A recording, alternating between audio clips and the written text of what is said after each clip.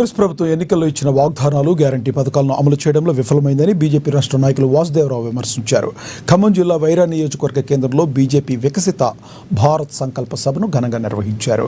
ఈ కార్యక్రమానికి ముఖ్య అతిథిగా ఆయన పాల్గొన్నారు.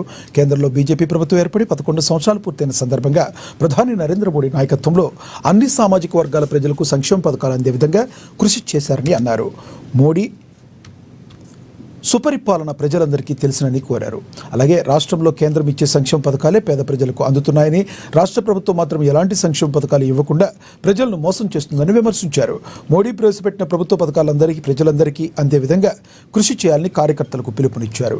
ఈ కార్యక్రమంలో బీజేపీ జిల్లా నాయకులు కురు కార్తీక్, నరేంద్ర చౌదరి, టౌన్ అధ్యక్షులు మనబోలు వెంకటకృష్ణ, మండల నాయకులు రామారావు, కార్యకర్తలు పాల్గొన్నారు.